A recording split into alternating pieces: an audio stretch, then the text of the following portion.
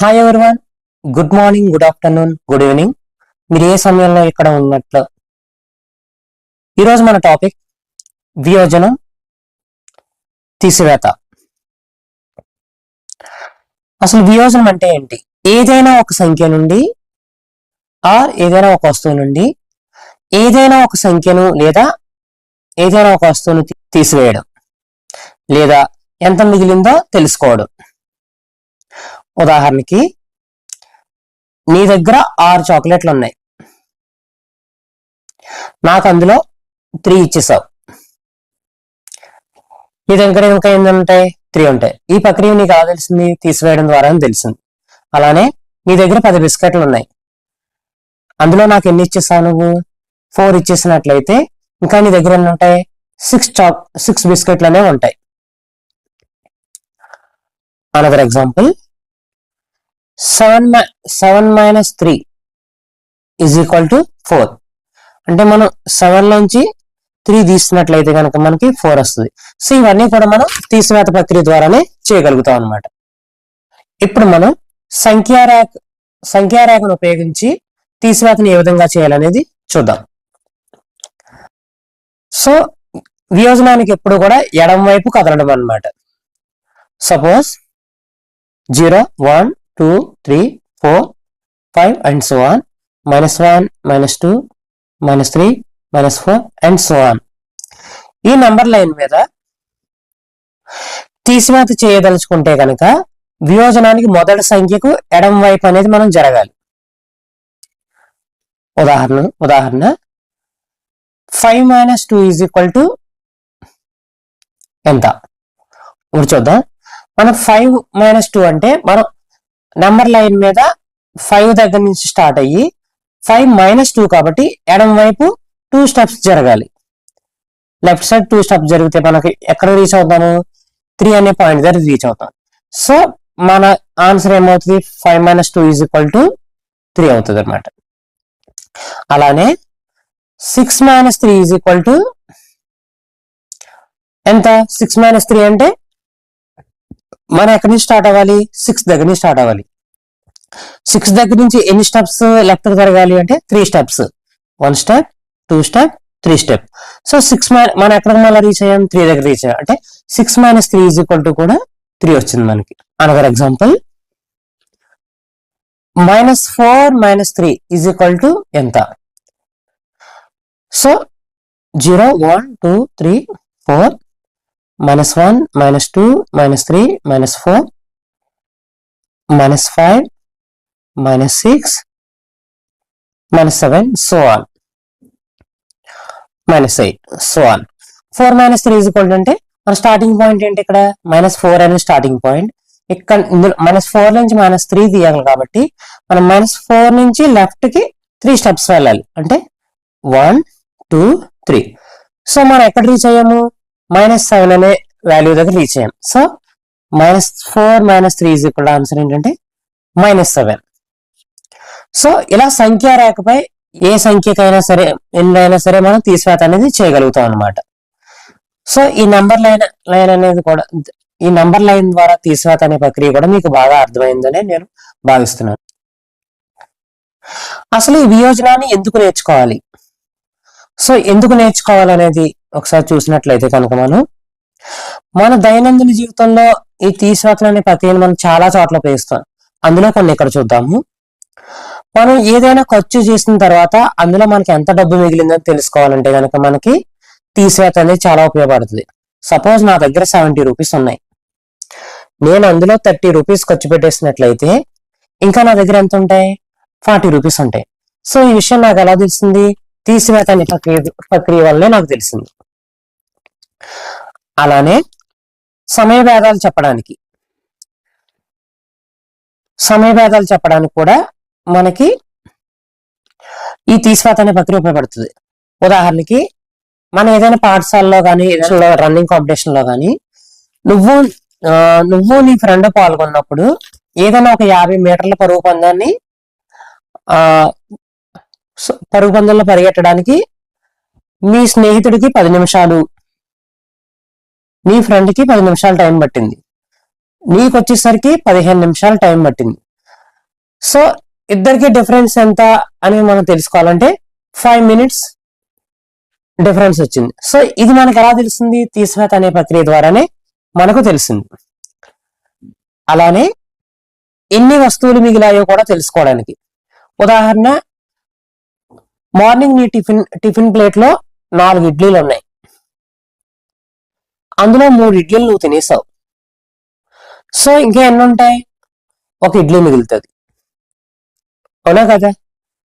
అలానే నీ దగ్గర 10 యాపిల్స్ ఉన్నాయి, అందులో నువ్వు 3 తినేసినట్లయితే ఇంకా ఎన్ని మిగులుతాయి? మనకి 7 యాపిల్స్ అనేవి మిగులుతాయి. సో ఇది నీకు ఎలా తెలిసింది అంటే ఈ తీసివేత అనే ప్రక్రియ ద్వారా కూడా తీసివేత అనే ప్రక్రియ ద్వారానే ఇది నీకు తెలిసింది అనమాట. అలానే పోలిక, పెద్ద చిన్న పోల్చడానికి అనమాట. సపోజ్ పరీక్షల్లో నీకు 67 మార్క్స్ వచ్చాయి, నీ ఫ్రెండ్కి ఎన్ని వచ్చాయి? 73 వచ్చాయి.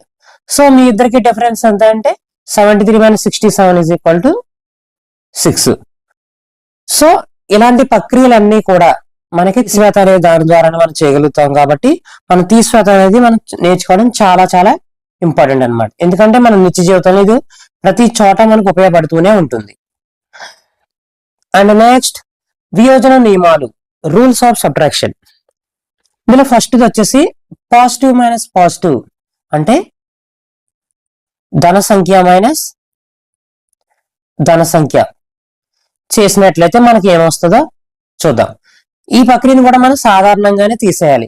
ఇందులో మనకి 2 కేసెస్ ఉంటాయి.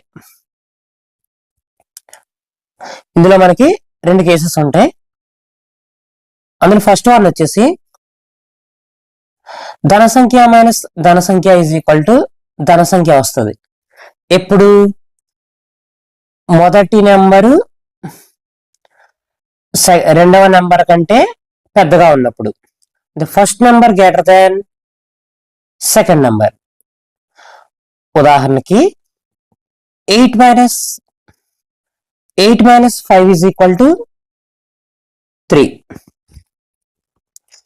4 - 2 = 2. or 6 - 1 = 5. ఈ 3 కేసుల్లోని చూడండి, మన పాజిటివ్ నంబర్ ధన సంఖ్య నుంచి తీసివేసినప్పుడు మనకు ధన సంఖ్య వచ్చింది. ఎప్పుడు? మనకి మొదటి నెంబరు 8 అనేది రెండవ నెంబర్ 5 కంటే కూడా పెద్దగా ఉంది. అలానే ఇక్కడ కూడా 4 > 2 అంటే first number greater than second number. ఇందులో కూడా 6 > 1 అంటే మొదటి నెంబరు రెండవ నెంబర్ కంటే కూడా పెద్దగా ఉన్నప్పుడు. అంటే ఫస్ట్ కేసు ఏంటి? మనకి ధన సంఖ్య మైనస్ ధన సంఖ్య = ధన సంఖ్య వస్తుంది. ఎప్పుడు? First number greater than second number. Okay, అర్థమైందా? సెకండ్ కేస్ ఏంటి? ధన సంఖ్య మైనస్ ధన సంఖ్య = రుణ సంఖ్య వస్తుంది. ఎప్పుడు? If first number less than second number. ఇందాక first number greater than second number అయితే కనుక మనకు ధన మైనస్ ధన = ధన సంఖ్య వచ్చింది. అలా కాకుండా ధన సంఖ్య మైనస్ ధన సంఖ్య రుణ సంఖ్య వస్తుందండి. ఎప్పుడు? ఫస్ట్ నెంబర్ అనేది రెండవ నెంబర్ కంటే తక్కువగా ఉన్నప్పుడు. ఉదాహరణ చూద్దాము. 4 - 8 = -4. 2 - 6 = -4. 3 - 5 = -2. ఈ 3 కేసుల్లో చూడండి, ఫస్ట్ నెంబర్ అనేది రెండో నెంబర్ కంటే కూడా చిన్నదే. సో సెకండ్ నెంబర్ అనేది పెద్దగా ఉంది. ఇందులో కూడా ఫస్ట్ నెంబర్ అనేది రెండో నెంబర్ కంటే చిన్నగా ఉంది. సో ఇక్కడ కూడా ఫస్ట్ నెంబర్ అనేది రెండో నెంబర్ కంటే చిన్నగా ఉంది. సో రెండు కేసెస్ లో మనకి ధన సంఖ్య = రుణ సంఖ్య వస్తుంది. ఎప్పుడు? ఫస్ట్ నెంబర్ అనేది సెకండ్ నెంబర్ కంటే తక్కువగా ఉన్నప్పుడు. అలా కాకుండా ఫస్ట్ నెంబర్ అనేది సెకండ్ నెంబర్ కంటే ఎక్కువగా ఉందనుకో, ధన సంఖ్య = మనకి ఎంత వస్తుంది? ధన సంఖ్య వస్తుంది. నెక్స్ట్, ఫస్ట్ కేసు మీకు అర్థమైందని అనుకుంటున్నాను. నెక్స్ట్, ఈ వియోజన నియమాల్లో రెండవది నెగిటివ్ సంఖ్యను తీసివేయడం. అంటే ఏదైనా ధన సంఖ్య నుంచి రుణ సంఖ్యను తీసివేస్తే ఏదైనా ధన సంఖ్య నుంచి రుణ సంఖ్యను తీస్తున్నప్పుడు గుర్తు మార్చి కలపాలి మనం. అంటే ఫర్ ఎగ్జాంపుల్ ధన సంఖ్య 4, రుణ సంఖ్య అనేది -8 తీసుకుంటే కనుక మైనస్ ఏమవుతుంది, ప్లస్ అవుతుంది. అంటే 4 + 8 = 12 అయింది. ఇక్కడ ఏం చేస్తాం మనం, గుర్తు మార్చి కలిపేస్తాం అనమాట. సో ఎప్పుడు ధన సంఖ్య నుంచి రుణ సంఖ్యను తీసివేస్తున్నప్పుడు ఏం చేయాలంటే గుర్తు మార్చి కలపాలి. అంటే ఫర్ ఎగ్జాంపుల్ 4 - -8 = 4 + 8 అంటే మైనస్ ఇంటూ మైనస్ ప్లస్ అయిపోద్ది అనమాట. 4 + 8 = 12 అయింది అనమాట. దీనికి ఏమిటంటే a - -b = a + b. So ఈ రూల్ గుర్తుపెట్టుకోండి, a - -b = a + b అంటే మైనస్ ఇంటూ మైనస్ ప్లస్ అవుతుంది, అంటే a + b అయింది అనమాట. నెక్స్ట్ రుణ సంఖ్య మైనస్ ధన సంఖ్య, రుణ సంఖ్య మైనస్ ధన సంఖ్య. సో మనం రుణ సంఖ్య నుంచి ధన సంఖ్యని తీస్తే మనకి ఏమొస్తుంది, రుణ సంఖ్య వస్తుంది. ఫర్ ఎగ్జాంపుల్ ఒక ఎగ్జాంపుల్ చేద్దాం. -4 - +5. సో రుణ సంఖ్యలోంచి ధన సంఖ్యని తీసివేస్తున్నాం మనం. సో ఏమవుతుంది, -4 - 5 మైనస్ ఇంటూ ప్లస్ మైనస్ అవుతుంది =-9. అలానే -7 - +2 =-7 - 2 -2. సో ఈ రెండు కేసుల్లోనూ చూడండి, రుణ సంఖ్యలో ధన సంఖ్యని తీసివేయాల్సిన సిచ్యువేషన్ లో మనం ఏం చేస్తాము, ఆ రెండు సంఖ్యల్ని కలిపేసి గుర్తు మైనస్ రుణ గుర్తు అనేది పెట్టాం. అంటే ఇక్కడ 4, 5 కలిపితే 9 వస్తుంది. సో వీటికి రుణ గుర్తులు ఉన్నాయి కాబట్టి రుణ గుర్తు పెట్టాం. ఇక్కడ 7, 2, 9 కాబట్టి ఇక్కడ రుణ గుర్తులు ఉన్నాయి కాబట్టి 9 పెట్టాం. So clear. తర్వాత రూల్ వచ్చేసి రుణ సంఖ్య మైనస్ రుణ సంఖ్య. సో ఇందులో కూడా మనకి రెండు రకాల జవాబులనే వస్తాయి. అందులో ఫస్ట్ కేసు చూద్దాము. రుణ సంఖ్య మైనస్ రుణ సంఖ్య = పాజిటివ్ ధన సంఖ్య రావాలంటే కనుక ఫస్ట్ నెంబర్ అనేది సెకండ్ నెంబర్ కంటే చిన్నగా ఉండాలి. రుణ సంఖ్య నుంచి రుణ సంఖ్యను తీసివేస్తున్నప్పుడు మనకి ధన సంఖ్య ఆన్సర్ రావాలంటే కనుక ఫస్ట్ నెంబర్ అనేది రెండో దానికంటే చిన్నగా ఉండాలి. ఒక ఉదాహరణ చేస్తే మీకు ఒక ఐడియా వస్తుంది. ఉదాహరణ -4 negative number -6 negative number. So -4 minus into minus +6. Answer ఏమొచ్చింది, జవాబు ఏమొచ్చింది, మనకి 2 వచ్చింది. ఇక్కడ ఏమైంది, పాజిటివ్ ధన సంఖ్య అనేది వచ్చింది. ఎలా వచ్చింది, ఫస్ట్ నెంబర్ అనేది సెకండ్ నెంబర్ కంటే చిన్నగా ఉంది, అంటే 4 < 6 అయింది కాబట్టి. క్లియర్. రెండో కేసు చూద్దాం. మనకి రుణ సంఖ్య మైనస్ రుణ సంఖ్య = రుణ సంఖ్య రావాలనుకో కండిషన్ ఏంటంటే ఫస్ట్ నెంబర్ అనేది రెండో నెంబర్ కంటే పెద్దగా ఉండాలి. ఉదాహరణ -8 - -3 = -8 + 3 -5. సో ఇక్కడ మనకి రుణ సంఖ్య అనేది జవాబుగా ఫలితంలో వచ్చింది. ఎలా, ఎందుకని, ఫస్ట్ నెంబర్ అనేది సెకండ్ నెంబర్ కంటే పెద్దగా ఉంది కాబట్టి, అంటే 8 > 3 కాబట్టి మనకు ఫలితం అనేది రుణ గుర్తు వచ్చింది అనమాట. సో దీనికి రూల్ ఏంటి, -8 - -b = so -8 minus into minus plus అయిపోద్ది, సో 8 + b. సో ఇంతవరకు చెప్పుకున్న టాపిక్ అంతా మీకు బాగా అర్థమైందని నేను అనుకుంటున్నాను.